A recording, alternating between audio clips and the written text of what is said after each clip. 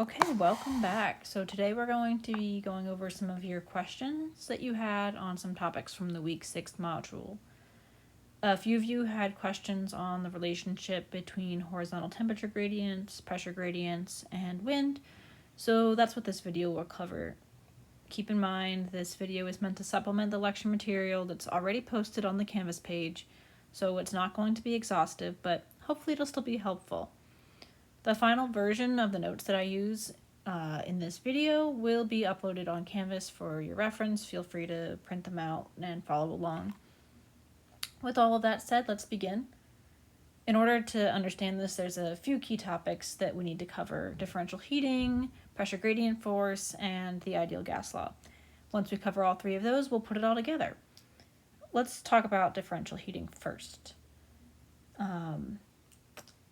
Differential heating is quite simply the concept that different parts of Earth are heated differently, either through differences in the directness of sun's rays or because of differences in the properties of the Earth's surface. We'll talk about the solar angle of incidence and the specific heat differences here.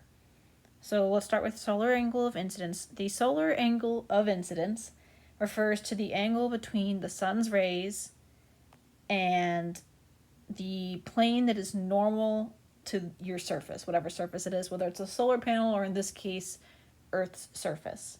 So when I say normal, I mean it's perpendicular. So this is Earth's surface here, and the perpendicular plane would be right here. So we want the angle of incidence is this angle theta here. It's the angle between the sun's incoming rays and that plane that is normal. So this angle here is our angle of incidence.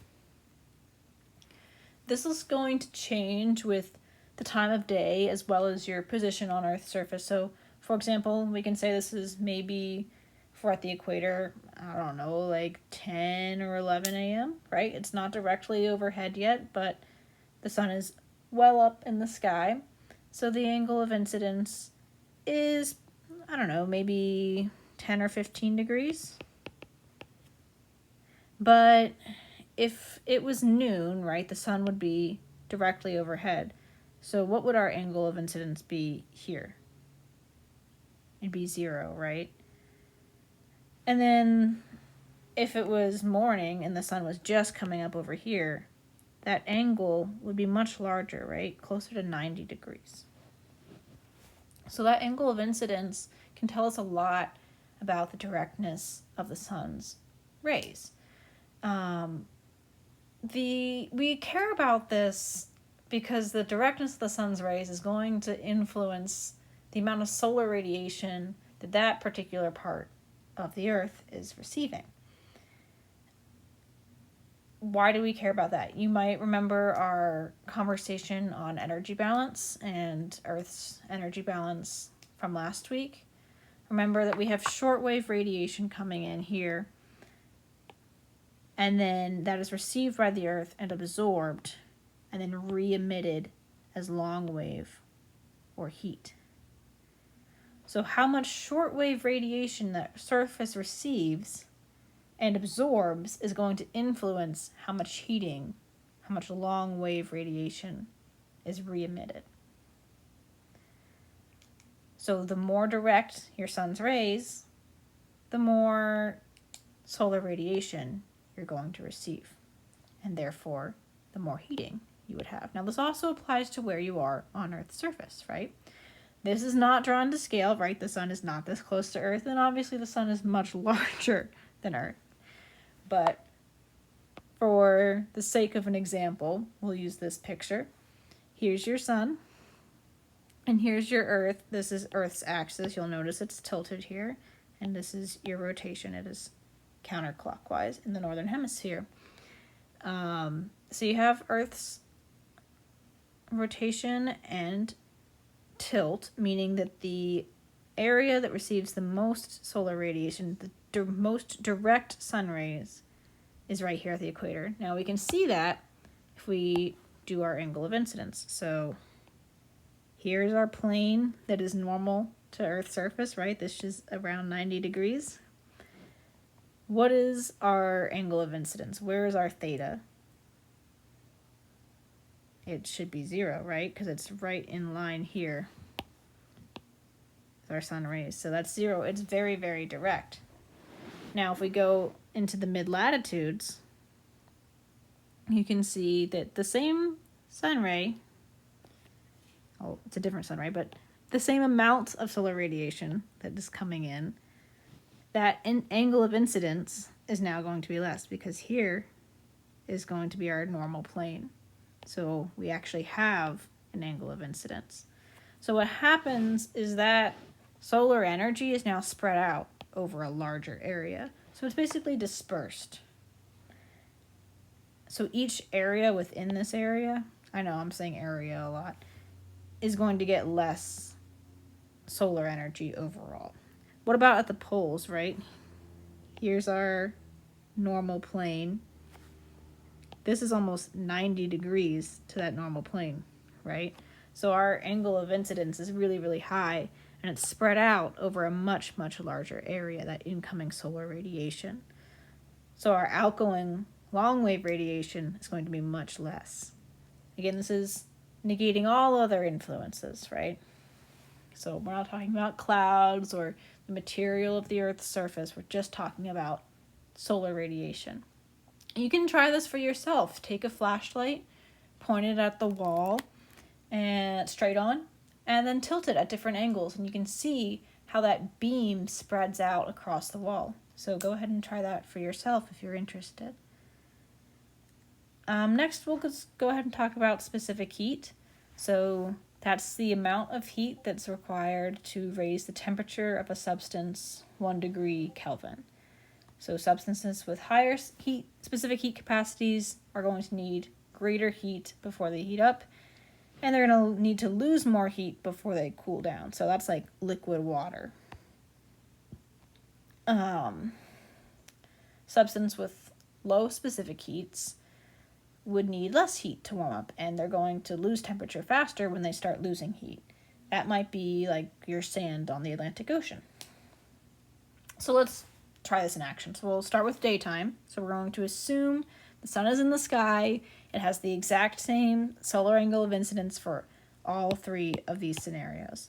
Okay, so we'll just say it's directly overhead in all 3 of these scenarios. What is going to happen? They're all getting the same amount of solar radiation, and Earth's surface is going to absorb that solar radiation and re-emit it as long-wave radiation in all 3 of these scenarios. So scenario 1, desert. Scenario 2, we'll just say like a grassland. And scenario 3, here, we'll just call that the ocean. Okay, so when you're at the beach, or if you've ever been to the Atlantic Ocean, specifically, not the Gulf, because the Gulf has different kinds of sand, but the sand heats up really fast, right? Have you ever been on that sand? It burns your feet really, really quick. That's because it has a really, really low specific heat. So it doesn't take much for it to warm up really, really fast. So we know that because the sand has a really, really low specific heat, it's going to be hot during the day, right? It's going to absorb a lot of that energy, and that energy is going to go to heating it up very efficiently. Now, what about the grassland? It has a medium specific heat, well, in terms of the desert and the water, right? It's not as high of a specific heat as the water, but it's not as low of a specific heat as the desert. So it's going to heat up some. So we'll just, it's warm, right? If you were standing on asphalt, it would definitely be hotter than if you were standing on grass, right? That's because asphalt has a much lower specific heat than the grass. Now the water's the coolest during the day, right? If you go into Lake Michigan on a nice hot summer day, it's cooler, right? That's because it takes a lot more energy to raise the temperature of the water 1 degree.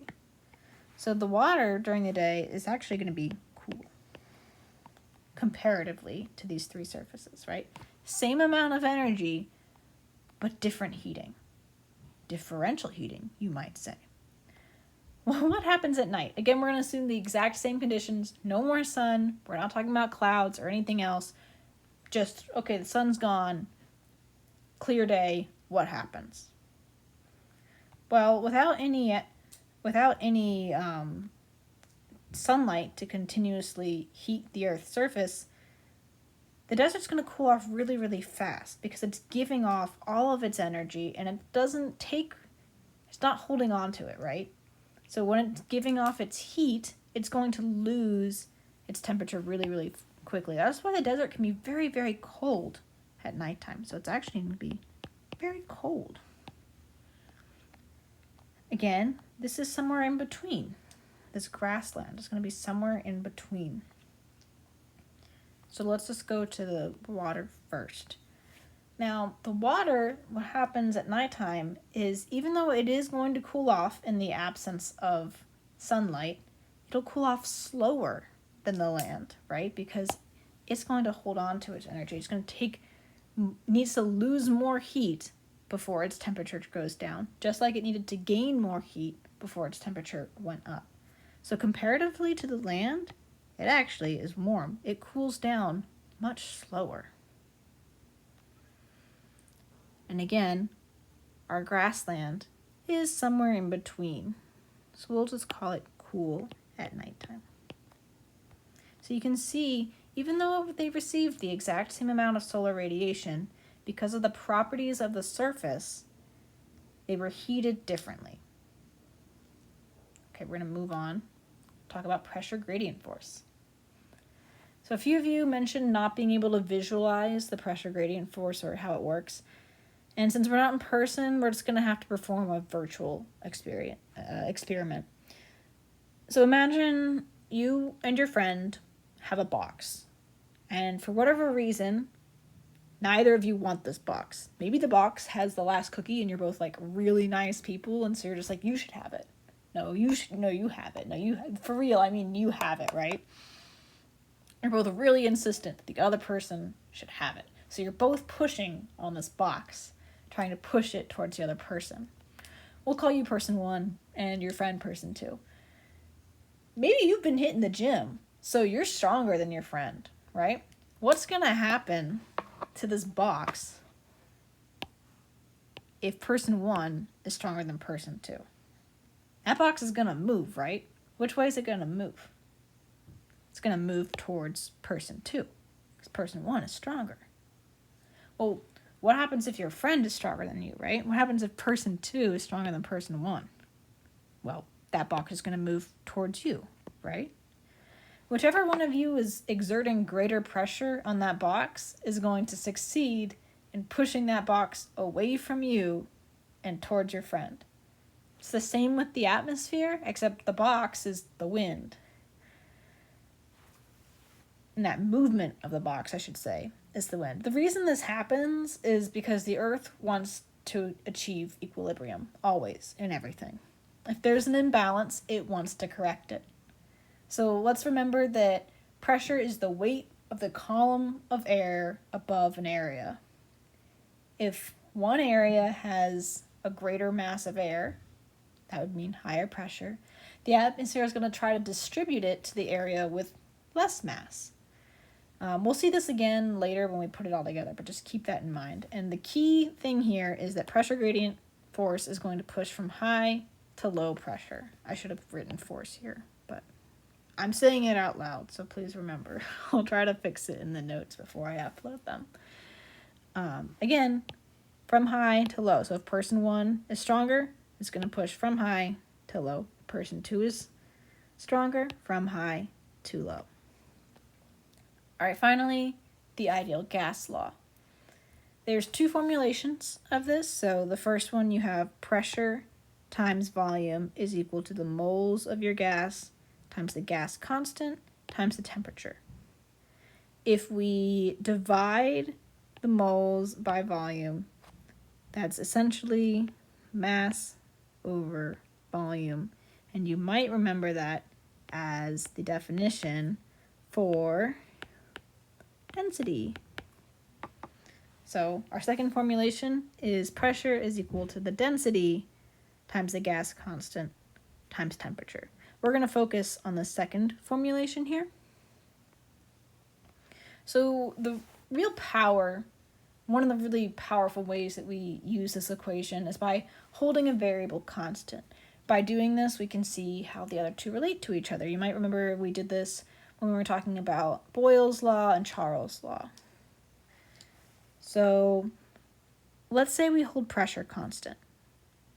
When we hold pressure constant, we can see how the other two variables will change in relation to each other. I say 2 because R is the gas constant. It's always constant. So I'm really focusing on density and temperature if we're holding pressure constant. So since they're on the same side of the equation, they're going to be inversely proportional. That means if temperature goes up, in order for pressure to stay the same, density must go down.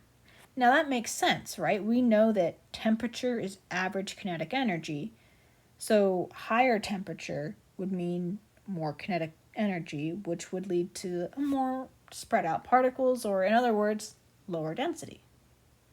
Likewise, if we had lower temperature, that would mean higher density to keep pressure the same. All right, let's put it all together. So, it's daytime. Again, we're going to assume this is land, this is water, land, water, and we'll say the same amount of solar radiation is in coming to both, so the same amount of solar incidence, and which one's going to heat up more? It's daytime, we have the land and the water. Which one, let's go remember our specific heat, which one has a higher specific heat? The water. The water has higher specific heat, which means it's going to warm up slower or less, right? So at noon, which is warmer, the land or the water? It's going to be the land. The land's going to be warmer. So let's draw 10 air molecules. And since our temperature is higher, that means our density must be lower. Remember, if our temperature is higher, our density must be lower. So let's draw them fairly spread out. We'll have more at the surface. What am I at? 5, 6, 7, 8, 9, 10. And then over here, over the water, it was cooler than the land, right, during the day? Cool water if you jump in Lake Michigan during the day. So we're still going to draw 10. They're just going to be more dense, right? Lower temperature, higher density. 6, 7, 8, 9, 10. Yeah, that's 10. Okay. Now, let's look aloft, right? Actually, let's look at the surface first. What is the pressure at each of these areas right now? Well, it's the same, right? Because there's the same amount of air molecules in both spots, right? 10 and 10. If pressure is just the weight of the column of air above you, right now pressure's the same. You're saying, Catherine, why are we doing this? Well, let's look higher in the atmosphere. So let's look at this level right here. What is the pressure at this level? Let's just say this is 1 kilometer up, okay? How many air molecules are above this line on the water side? Just 1, right? Just have a 1. So we have 1 here. And how many do we have over land? We have 3. Well, okay. Where's the higher pressure right now? Well, high in the atmosphere, if over land is 3 and over water is 1, well then right here, the land has higher pressure. So, okay, let's make note of that. H is high and L is low. Well, what did we say pressure gradient force does? It pushes from high to low.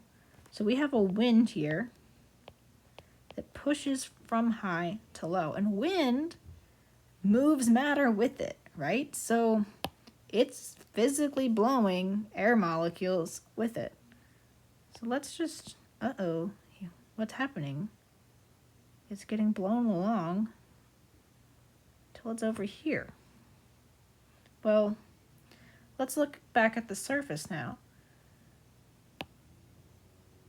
At the surface, we have 1, 2, 3, 4, 5, 6, 7, 8, 9, 10, 11 over here. And we have 1, 2, 3, 4, 5, 6, 7, 8, 9 over land. Well, we're looking at the surface now. So there's 11 above it over the water and only 9 above it on land.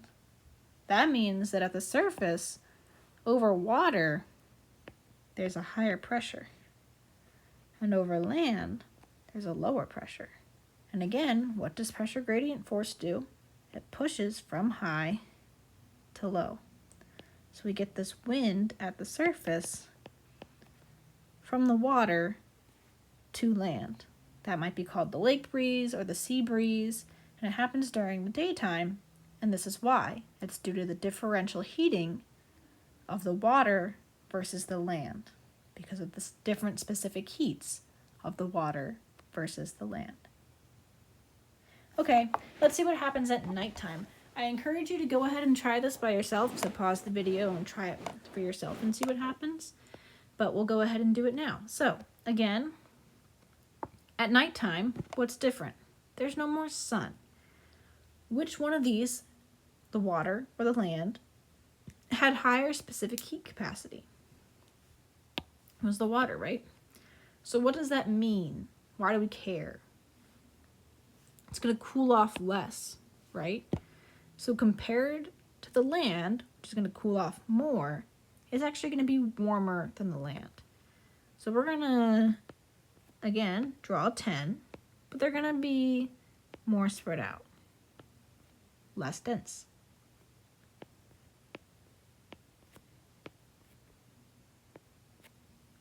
That's 10. Over land, we're going to draw 10, but it's cooled off a lot more because its specific heat was less.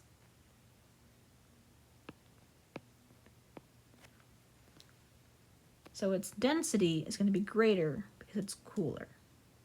So we're going to do the exact same steps. We're going to go higher in the atmosphere. We'll say again, this is 1 kilometer. And we'll count the amount of air molecules above it. Well, sorry, again, let's go to the surface first. But there was 10 here, I drew 10, and there was 10 here, right? So right now, at the surface, the pressure should be the same because it's 10 and 10 above it. But okay, we'll go up to the 1 kilometer line now. Over water, how many do we have?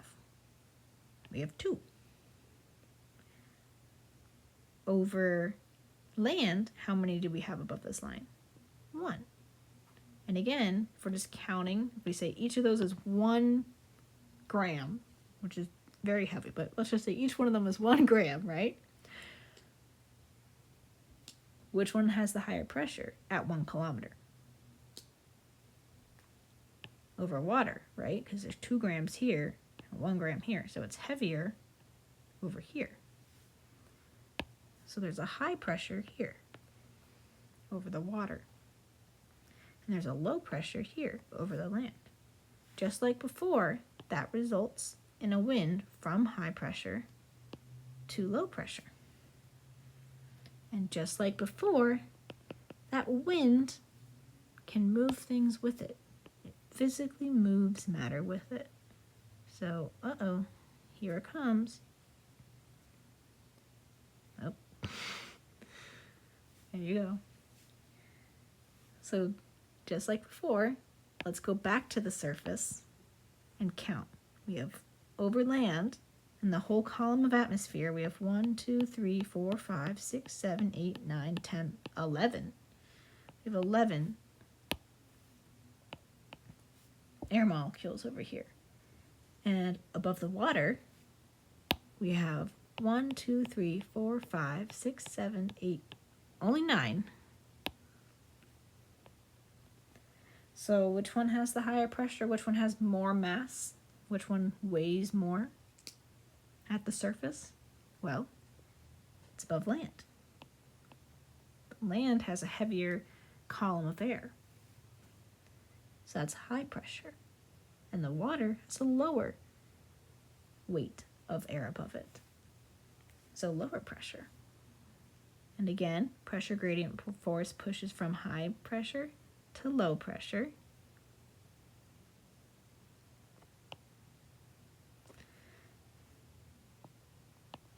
And that results in a wind from land to the ocean.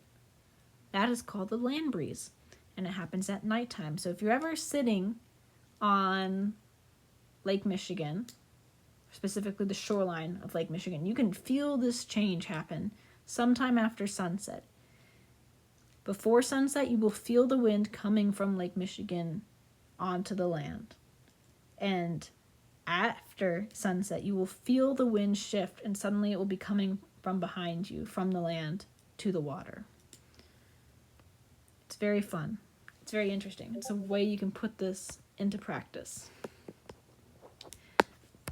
So that is all from me. Hopefully that makes sense to you guys, and hopefully that helps answer some of your questions.